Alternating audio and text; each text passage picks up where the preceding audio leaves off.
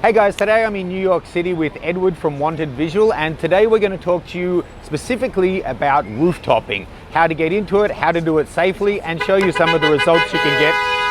I told you it's New York City, right?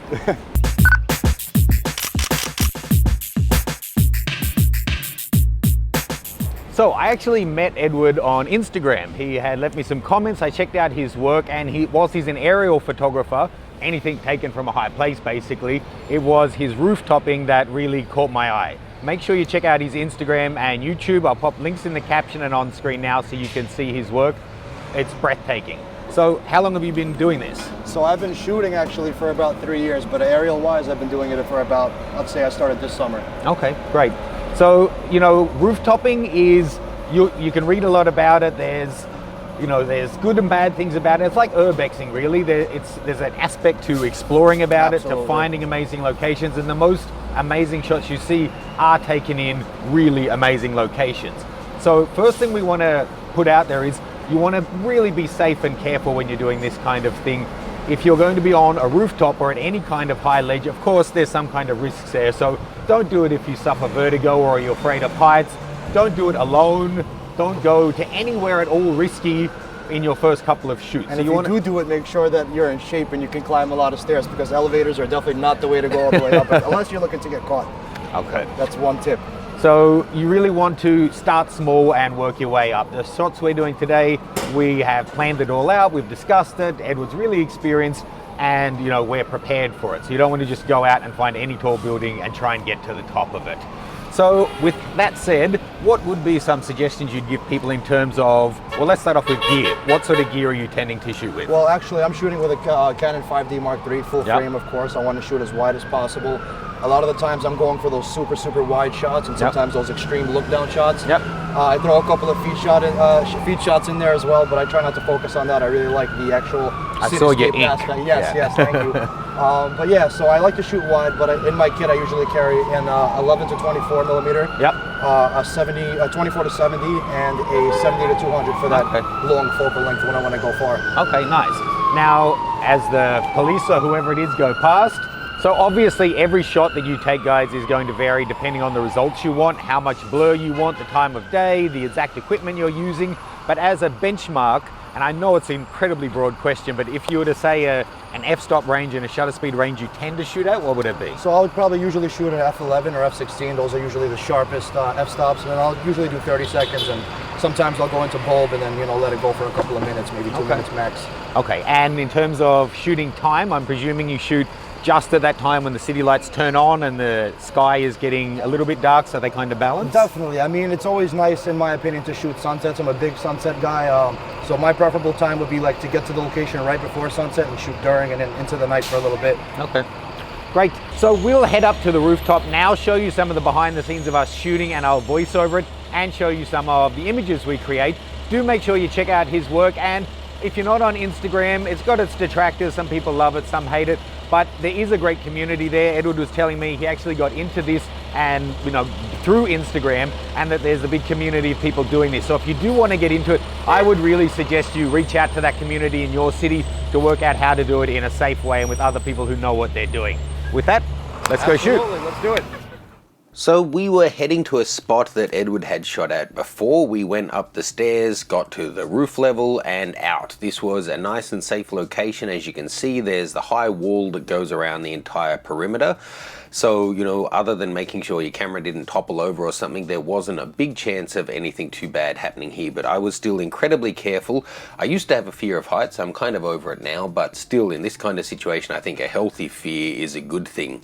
So my method for the evening was I did a couple of 360s looking at the different vantage points, working out what might look good at different focal lengths and at different times of the night so I could time it out. These shoots always end up going a lot faster than you had expected. The most dramatic shots were with the really wide angle looking straight down, which is what some of Edward's shots are really clear on. but I wanted to have my own look and feel for the evening, so I was actually shooting with a range of different lenses and focal lengths. I had the 12mm Samyang fisheye full frame, then I also had their 21mm crop video lens that I was doing some stuff with the Sony a6000. Then on my full frame A7R II, I was using the 16-35 Sony Zeiss. I was also using the 85mm Bardis from Carl Zeiss, and finally the brand new and unreleased at this stage 28mm Otis from Carl Zeiss. Amazing lens, but it's not that wide, so I was selective about how I used it up here. Then I had different setups with the tripod. Some I actually put it up on the edge, but you needed to hold it. You can see how the video camera there is swaying a little bit. It was still a little bit windy, not crazy, but enough to introduce wobble unless you had a really heavy-duty tripod. So this is just the time you want to be shooting. It's not too colorful tonight, but you can see now when the city lights are coming on and it's kind of close to the background, you can get some nice effects going on. I'm actually shooting down here where there's no color. After I do this one, I'll need to grab the cityscape because it's going to go quickly. So you can see we were sharing a corner. Both Edward was really nice. He even pointed out some compositions, although he, was careful to say, oh, I don't want to tell you what to do, but have a look at this. We shared space, worked around. He was shooting Canon, so we weren't sharing any lenses though. So here's some of my shots from earlier in the evening.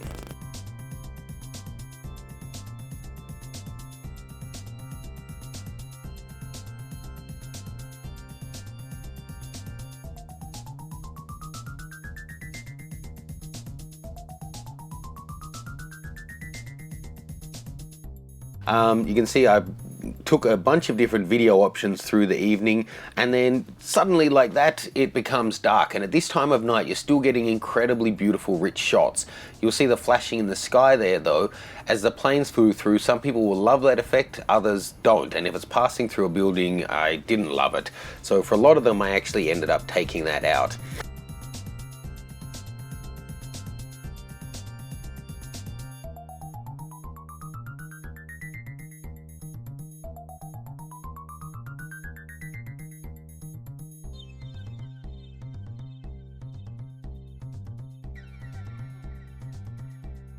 For my first time doing this kind of shooting, I am reasonably happy with it. I don't think they're by any means, world-class photos.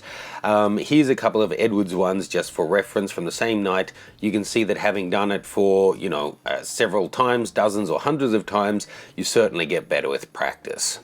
All right, so fun shoot. I only almost shit myself once at the heights. Wasn't too bad. It wasn't too bad.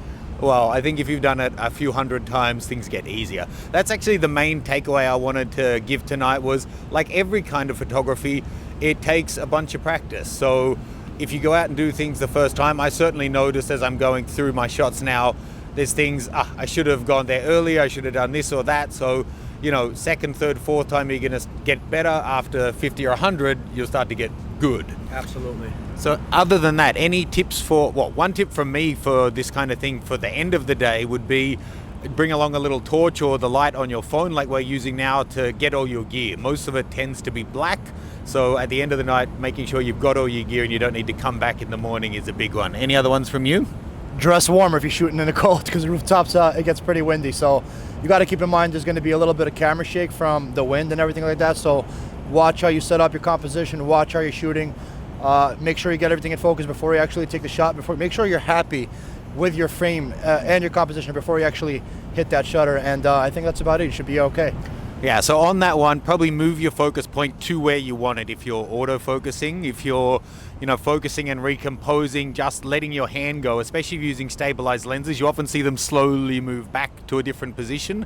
So a 2-second timer, you can get creep in it, so you might need a longer one unless you're, like he said, all framed up. So, changing hands, thank you very much. It was a pleasure. Good you. fun. Definitely something I'd like to try some more of. Main takeaway from today though is if you're going to get into this, find people to do it with who've done it before and really be safe and careful with it. We took steps to be precautious and you need to as well. Absolutely. Safety is the #1 concern, so make sure you're safe. Don't do anything you're not comfortable with doing, and just watch your back and have some great fun and great shots. Cool. Thanks guys. Check out the links in the caption below. We'll see you soon. Bye.